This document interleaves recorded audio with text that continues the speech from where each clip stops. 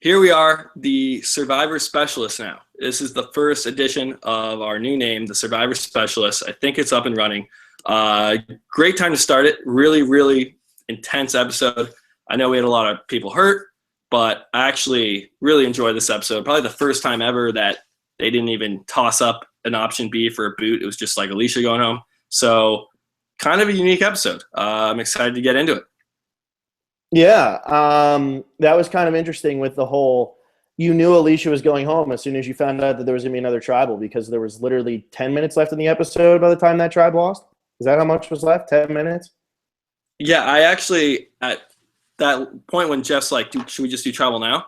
I was like, I thought they were going to do it. Maybe they will, but I knew Alicia had to be on board, because that's bullshit if they took like a vote, 3-4 vote, we're going to do it now.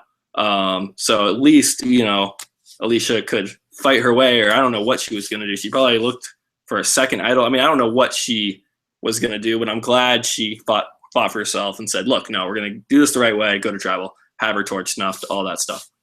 Well, I'm pretty sure whatever Alicia was doing, she was probably trying to work it out with Sydney. Like, I'm pretty sure that was her whole plan, was I'll work with Sydney. I'll try to get Sydney to at least force a tie. Scott Pollard's a huge dick. I hate that guy. He is an awful, awful person. I hate him. Like, I hate him on this season. I hate him as a person. See, I kind of like Scott. I think... Nah, he was so wrong tonight. How do you know that he's wrong, though? Because he's sitting there, and his offer why she's not a good teammate is because she wasn't in the NBA. And that was pretty much his only argument. When he's like, what team were you on? Who cares what team she was on? She was spot on saying that him yelling at her in that situation, it's all about being a good teammate. And his argument was, you're telling an NBA champion how to be a good teammate. Like, good for you that you were an NBA champion. That doesn't mean you're a good teammate. Like, you were never the number one pick on your team. Like, so screw you. And he's yelling at her, what number or what team were you on? What team were you on? You learn the fundamentals of being a teammate when you're 5 years old. Clearly, Scott Pollard, yeah, you're 7'1", and that's why you were in the NBA. But, like, that doesn't mean that you have team chemistry better than everybody, especially when you're sitting there and she's trying to talk everybody up and make everybody feel better, and you're exhausted, so you just start yelling at her. Like, and he was just yelling at her for no reason. Like, just shut up then. And when Sydney's down, he just goes and sits under the tree because he's just a big lunk who's tired. At least Kyle had the decency to go over and try to help Sydney. Scott's just like, wham, I'm a baby, and I'm going to go sit in the corner. Yeah, I hear what you're saying. Scott came off awful, but I'm also looking at it.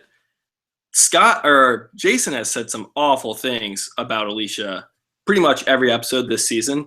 And then Scott it seemed like he was really irritated by it. We're watching an edited show. I imagine that Alicia is absolutely annoying. And when you're in that heat and you're trying your best to dig and he's taking a break and she's going, come on, team, come on, like not finding bags, and you found two, I can see why Scott got a bit lippy. Like, he wants her to shut up, essentially. And for her to be like, so, like, she kept bringing it up, and it's kind of like, oh my God, you guys were in a challenge, you were losing, it was 1,000,000 degrees out, and you just kept talking and being annoying. Like, of course he's going to say something to you, especially when you're on the bottom. Like, you're like asking for it. Here's my problem with what he did, and it kind of goes back to what we just talked about like 10 minutes before this podcast. He then had like 2 hours to plan out his defense to not come across as an ass to her. All he had to do was go up to Alicia when she confronted him and say, look, I was exhausted. It was hot. I was so done. I had already found 2 bags. I couldn't physically dig anymore. And you just wouldn't shut up, and you were annoying me. I'm sorry now, but in the time, say exactly what you just said. But instead, he just kept telling her that she was an idiot. Right, but I'm not out there living with her. If you were out there 24 hours a day, like we're on day 12 now, like that hate is visceral. Like, if you spend so much time around someone like that, it just becomes hatred, and you want to put them down any chance you can. And I don't know. I understand why Scott was so upset, and I think if it was just Scott, it would be really weird. Like, why are you being, such a, D-bag right now to Alicia? But we've seen it from Jason so much. I think Scott and Jason are both D-bags, as you would call it there. I think they both are. Yeah, I think they, like, part of them is, but she might bring that out in people. Like, everyone in them has like a little D-bag, if you will. I mean, it takes someone like Alicia. I mean, there are 6 people on the tribe. Darnell goes right away, and then you have 2 out of the remaining 4, not including Alicia. Then you have half of them absolutely irritated by you to the point where they want to insult you all the time. And even Jason got up out of the shelter and took a walk and said, man, I'm usually not this fierce, but she just gets under my skin. I mean, there's something that she is doing. It's not like this is completely unwarranted. No, I get that, but I'm curious to see how Jason and Scott are going to act now that there's going to be a tribe swap, because it looks like Scott especially has like no social skills. Like it really seems like he's really just doesn't have it. I don't know. What about his like voting kind of sign off to Alicia saying like or maybe this is a tribal, like if like you want my respect or you would already have it, or I've done everything to offer you respect or something. It really seemed like he, on a moral level, was like, I'm okay with being mean to Alicia because I've tried my hardest and she's actually awful. Like he was saying, that's how it came off. Like he was giving her the benefit of the doubt and everything, and it just wasn't working.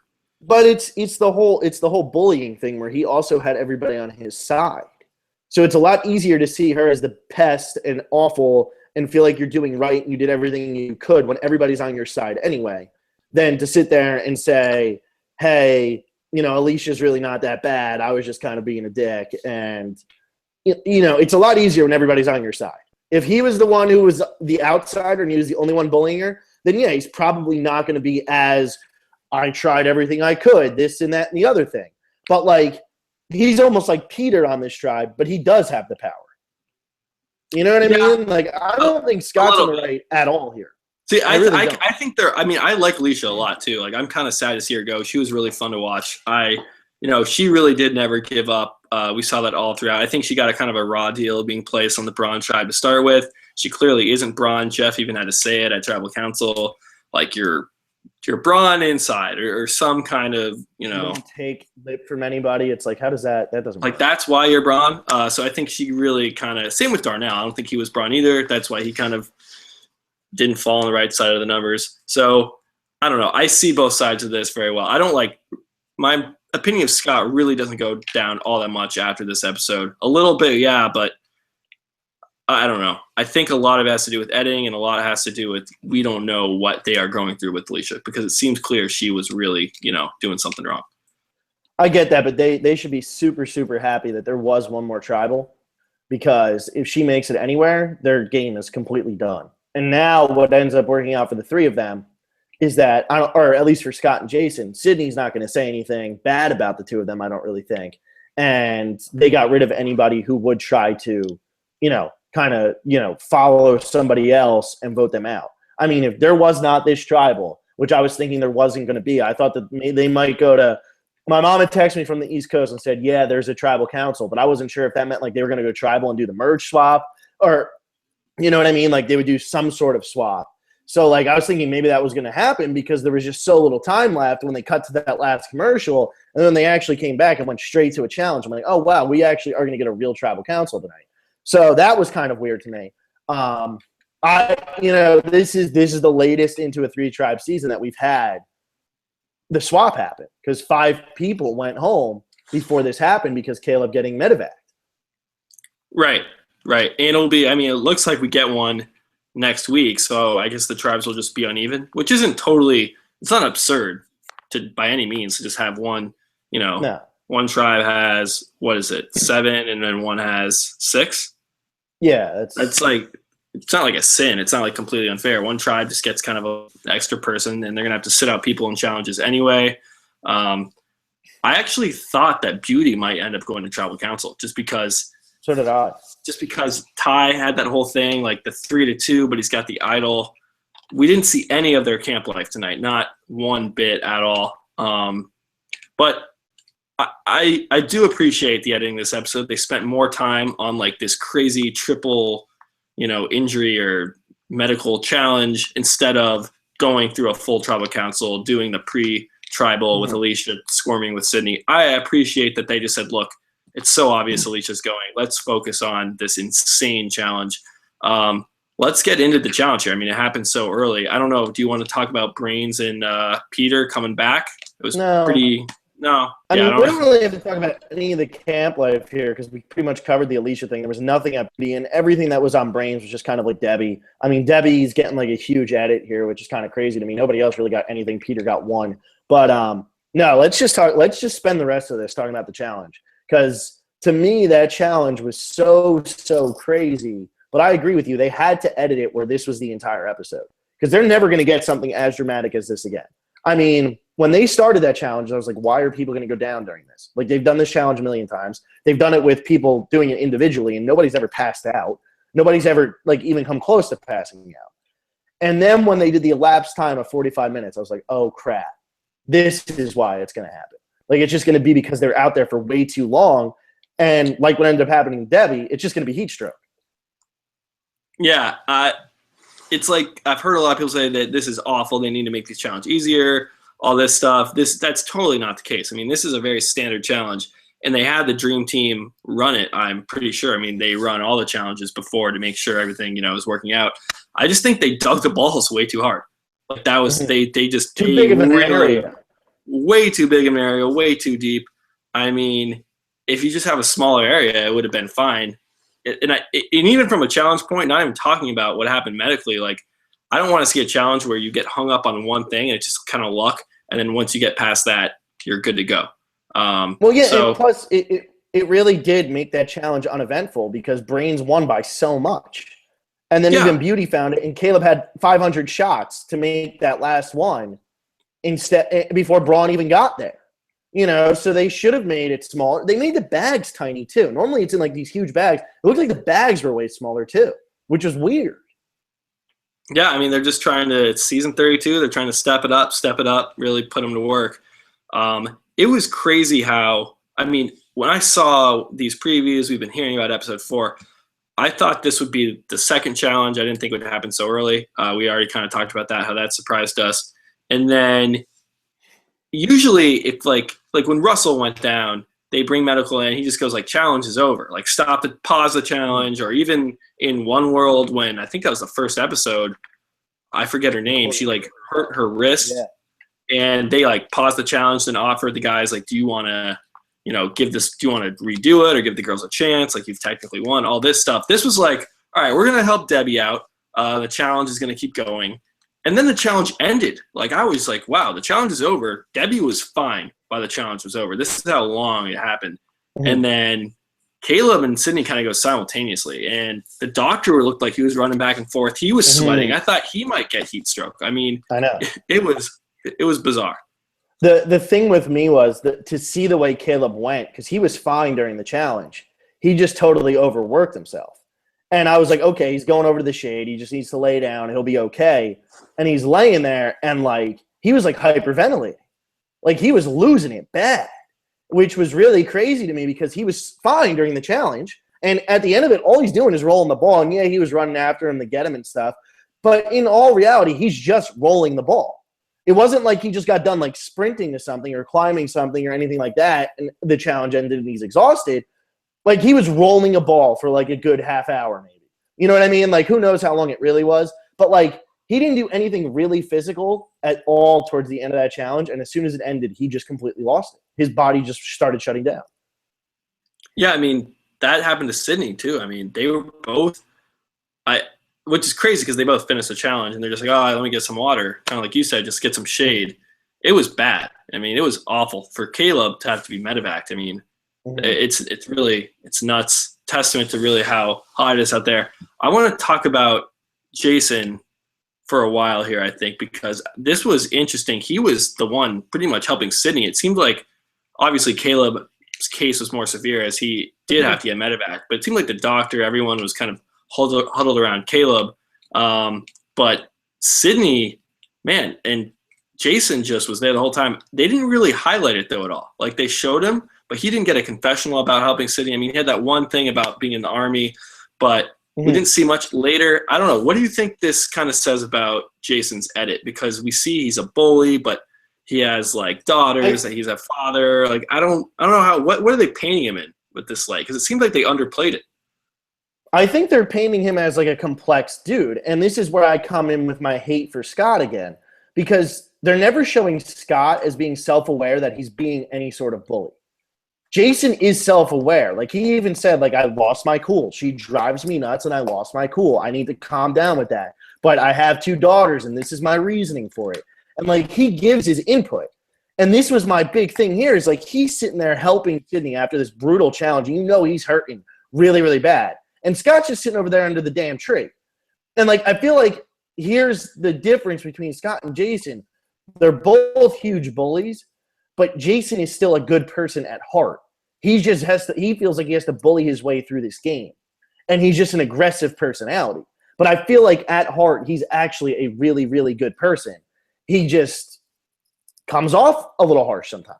And in these elements, you're going to come off a little bit harsher. But he was the first one to get Sydney when she's sitting there like, I can't move. And he's like, look, we're going to get through this. And he's like helping her because he thought she was about to puke and everything. Like, he's helping her with every single element of what she was going through. And Scott was off doing his own thing, and Alicia was probably like trying to throw rocks at Scott. Like, who the hell knows what they were doing? You know what I mean? Like, so I think Kyle, Jason, whatever the hell you want to call him, I think he's actually a good guy. And I think they're trying to show you that there's more to him than just being an asshole to Alicia. Yeah, I'm going to just play the defense of Scott. I'm not going to say Scott is a saint or anything, but they get back to camp. Perhaps Scott did say something to the, like, man, I got really ticked off. She just gets on my nerves. But, man, I being aggressive. I don't know. He probably didn't say anything like that, but we are seeing just like a very small portion of what is going on. And he very well could have said something like that. It is edited.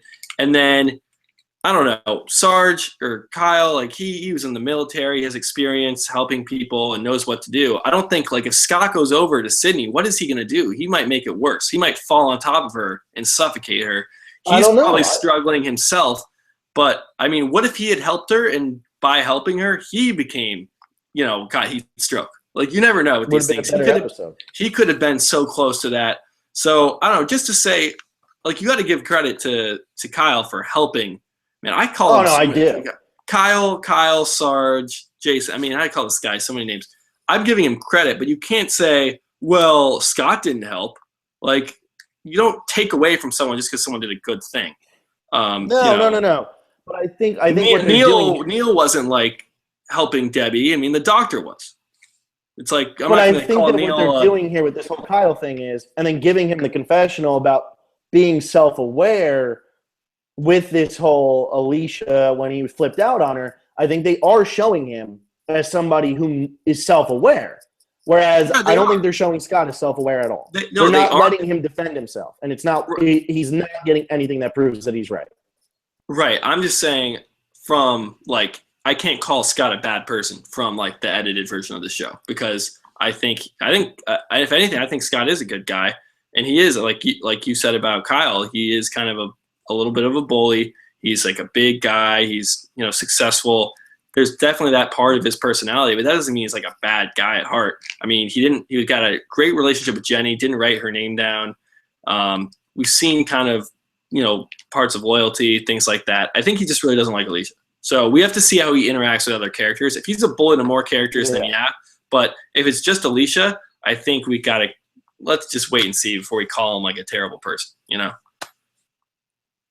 I just like calling people terrible people. You got to have extremes, man. No middle ground. But, okay, let's talk about this, though. After Caleb gets flown away in the helicopter, and they go over and they're talking to the 3 girls in Thai, how much did this feel like the Kucha thing back in Australia, where it was like, I want these people to win so freaking bad right now. Like, I need them to win. But then you're also sitting – like, that one never panned out. Is this going to be, like, our Final Four? Or, like, a good, like, 3 of our Final Four? Maybe. I didn't really – this hit me way harder when they were, like, kind of on the side before the helicopter came. Like, before they even knew Caleb was being medevac. When they told – because we knew it already. The audience knew. Yeah, when they went to tell him. Yeah. Yeah. When he went to tell what him, I meant. Their reaction was just like, oh, my God. Like, they lost it. They were so sad. I was tearing up a little bit. I was, like, really sad. And then when they bring the stretcher and they like say goodbye and all this stuff, I mean, that was maybe the most like intense and sad. I mean, Terry, what happened last season? Yeah, that was really sad. But we didn't really see anything. He just kind of got on a boat and left. It happened at 4 a.m. Yeah, he was so out of it. Nobody could really react to it. Right, and I'm trying to think of another really. I mean, the family visits, yeah, those are like sometimes really dramatic and nice and everything, but it's not my family member. You can't really. I don't know. I've not been in that situation before. I'm sure I would cry if I saw my mom or dad or something after 39 days or whatever. But this was like they really loved Caleb, and it had been such a short time period. It's been 11 or 10 days at this point, and they're already devastated. Like Michelle's face. I mean, it was real. It was very real. Anna lost it too.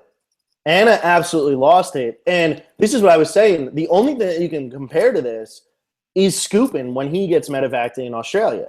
It's the only thing you can compare to this. I mean, because after that, when they got Roger crying, they got Liz crying, everybody's like trying to see him, all that stuff as he's about to get medevaced. And you're sitting there and you're like, I want these people to take over. And that's what exactly the moment I meant. I didn't mean after. I guess it was before when Jeff came over to say, look, they're pulling him from the game right now. That was one of the best moments the show has ever had, in my opinion. Because that showed all 4 of them on an absolutely human level. And considering these people are already being built up as your protagonists in this crazy season full of people like Jason and Scott, and then people like Peter. You know what I mean? Like, these are your 4 people who are normal and at least somewhat level-headed, and they just completely lost it because they all really, really liked Caleb as a person. And, like, to me, that was just like – I was like, oh, my God, this hurts, like, really bad. And, I mean, all of their reactions. I mean, right down the line, I was like, you could go back and watch that scene 10 times just to see all of their reactions, and every time it's going to hurt. Every single time. Yeah, you keep saying 4, and I can remember 4, but what was Nick doing? Was he there with them? I think Nick was helping. No, I think Nick was over actually helping with Caleb because it always seemed like he was right around, and when they would pan out really far, this is what they actually showed in the preview, and this is why people knew it wasn't Nick who was going home. When they had the whole crew running towards Caleb, Nick was standing there. And I think Nick was actually helping out with the rest of the crew while the other 4 kind of went off. And I guess they didn't think they could help or they didn't want to be around it, and they kind of went off to the side. Nick was actually in there trying to help out. Yeah, so good. I mean, Nick got no credit for that whatsoever. No. And again, I think Kyle, it was very shown that he was there with Sydney, but it wasn't like he didn't get played up a bunch. You would think if Kyle if he were to win this game, they would have really like played that one up like a lot. Like he would have had a confessional back. I mean, Sydney said nothing about Sarge or Kyle or Jason. Nothing. All she said is they were messing with her recuperation, which was really funny. Yeah, it was funny. I think Sydney was great. It just, you think like almost maybe she doesn't, continue to play this game if Sarge isn't doing that. Because they only had one doctor, it seemed like. I mean, they have, the assistants and they have producers and crew like just running around doing whatever they can, which is great. But, man, Joe was with Caleb, who was in more severe. I mean, it was triage at that point. So you would think Sydney would say, wow, I really appreciate Kyle, which I'm sure she does. They just didn't show it in the edit, which makes me think. Yeah. All right. Well, and that's why I kind of got the vibe when they told those 4. Like, I feel like that could be your final 4 right there. Just because, like, you got to see their real reaction to it. And although they didn't really get to say much about it, there just wasn't enough time in this episode. And anybody who's looking for winner edits and stuff like that, you just kind of throw this episode out. Because this is like a freak episode.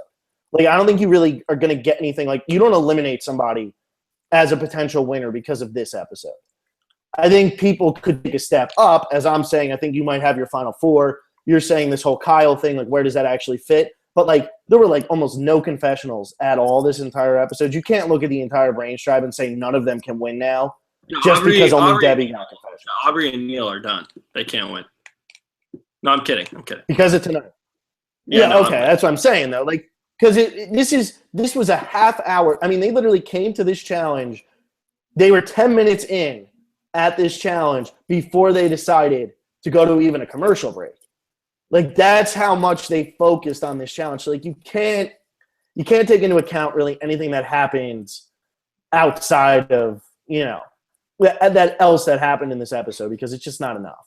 Maybe Debbie still took a huge step up, though. I mean, she's getting huge, like, edit here. Her edit tonight was crazy. Yeah, I still don't see her as the winner, but hey, it really could happen, especially with Jeff, calling it a crazy season. Debbie would definitely fit that vibe. I don't know how many comments we have. Phil is kind of under the weather, so kudos to Phil for sticking through it. For podcasting on a strep throat. If I sound like an, you sound the same. That's why I'm like. I sound like it. Do I sound the same? Yeah. My tonsils have been so freaking swollen. No, I do have strep throat, but my tonsils have been so swollen that I feel like I sound like I have marbles in my mouth. But it was way worse yesterday, so I guess it's not as bad today, which is good because, like, yesterday I couldn't even talk. Bummer. I don't know. But for that reason, I think we're gonna maybe shelf comments until Sunday predictions. Yeah, can you do Sunday, though? Because I know you had just said that you might not be able to do Sunday. I don't know at this point. Okay, because we don't want to get false hope. My cousin is getting married this weekend down in Newport. So I'm going to be down there all weekend for the wedding. I'm going to come back Sunday, but I don't know how late. So I don't know. Well, congratulations to your cousin. Enjoy your wedding. I love weddings. Weddings are a lot of fun. Here's my thing. Do you want to read the Twitter ones? We can do the Twitter ones and just worry about YouTube, like, actually at the predictions. This way we know we did all the Twitter. But if you want to read them, because I think that'll work. Let's do Twitter. And it starts with Chef. He's pretty far down there. We have a good amount on Twitter, but this will be good, and then I can go to bed. Okay. Chef has one at the top. So, you go top to bottom. It's not reverse order like YouTube. No. It's down. It's down way further. Okay. I'm just not a big Twitter guy. Okay, here we go. This is 5 hours ago, so that probably makes sense. Starting to feel winners edit for Debbie. That certainly could happen, for sure. We've already kind of talked about this. You agree, right? I think that they're starting to give her, like, a bigger edit. I don't know about winners just because we've never seen somebody like Debbie win. You know what I mean? Like, she's so out there, but, I mean, she got the emotion tonight. She got, like, a huge edit in an episode where really everybody else was kind of invisible. She went down, but then, like, she was resilient. Like, she's getting a really, really good edit. And she started off as an underdog who's now, coming back. I mean, not for nothing, too. We should probably give credit to Peter. When he came into that immunity challenge, he freaking owned that thing. And I don't know, like, if they're ever going to respect Peter again, but, like, he came up really, really clutch in that immunity challenge tonight. Yeah, that looked like a really fun puzzle, too. We didn't really talk about the second challenge, but that was awesome. I would have loved to give that a crack, and, yeah, he did a great job. The brain should win that, though. I mean, that's a challenge. If it ends with a puzzle, the brain should be winning because there wasn't that much before it. No. They were really far back. Yeah, but the Brawn, they're not going to be able to get that done. This is not going to happen.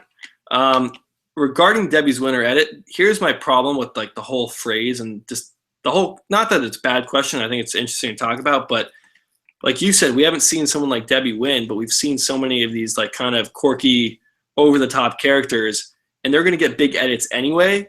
So if they end up winning, it's going to be the same thing. Like, if Coach wins South Pacific, his edit is probably very, very similar to what we got.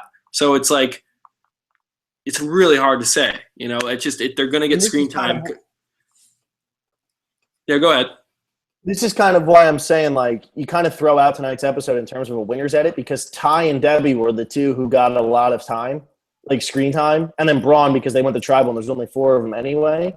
But, like, Ty and Debbie are going to get huge screen time in every single episode they're in anyway because they are, like you said, they're the biggest quirky characters. So, like, you can't sit here and say, well, only Debbie or Ty can win now because the other people who got edits are so negative and everything. It's like, no, they're going to get this no matter what. They're just your most entertaining players.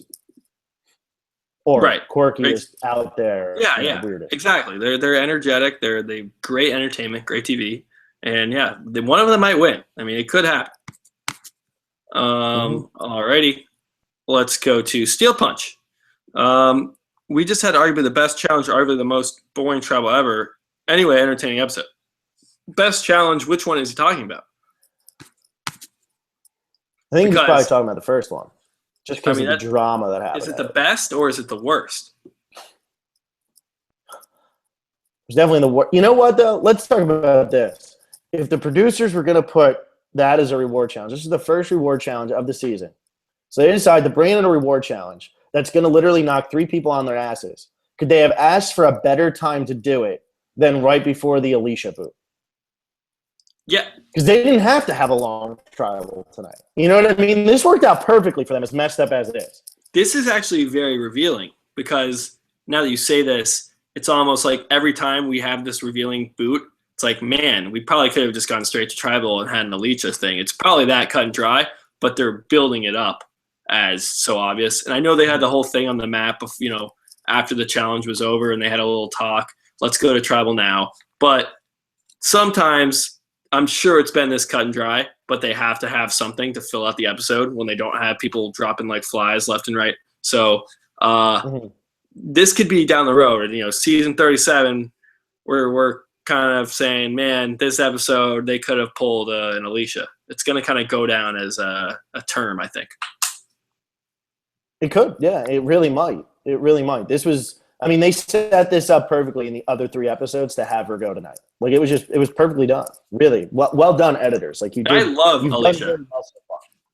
I love it. Yeah. I thought before this happened, I was sitting there going, oh my God, she's going to be like final 5 or 6 because they're bullying her so hard, and she's right here. They're showing her as being right in this whole Scott Pollard, Jason, her situation. They're showing Alicia as being the right one.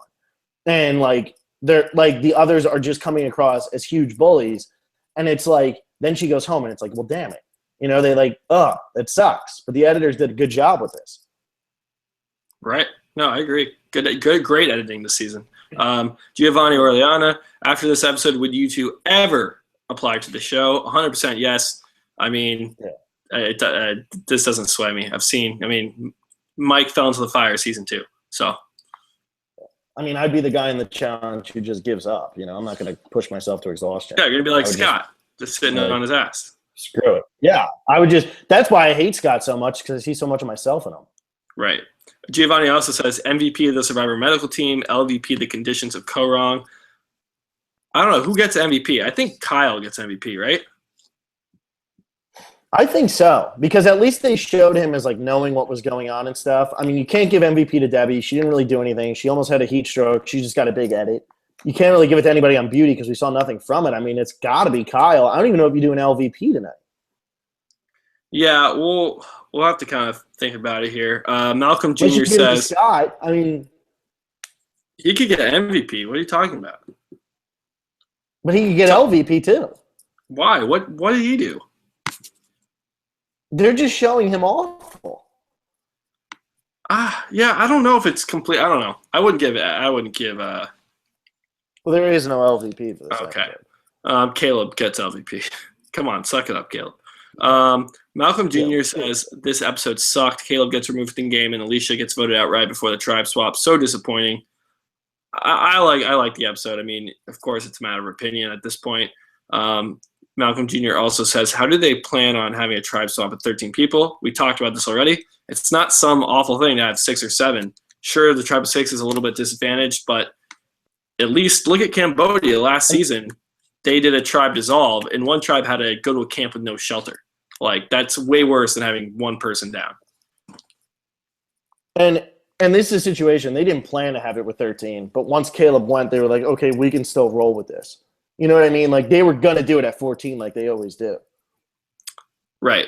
They didn't plan on it.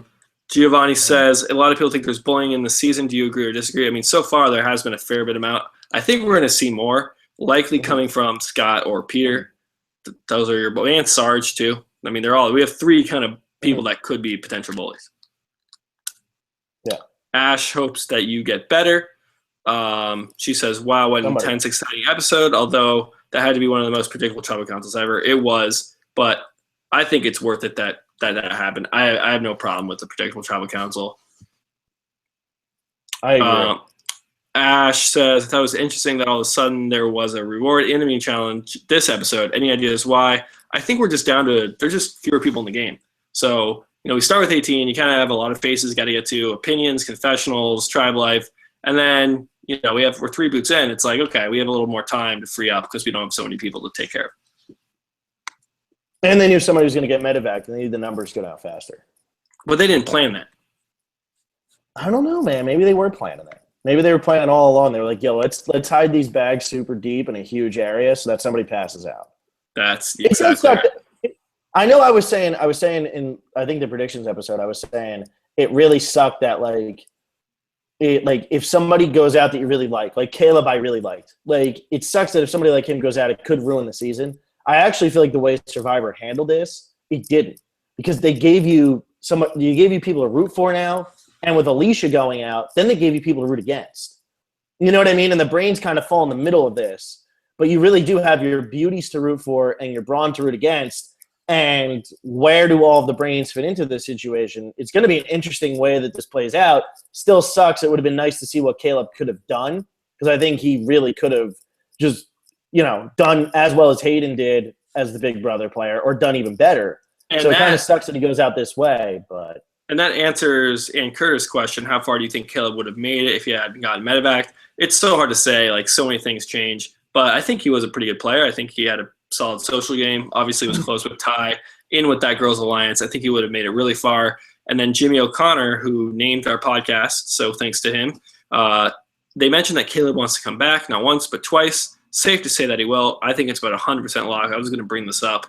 It's like he wants to play again.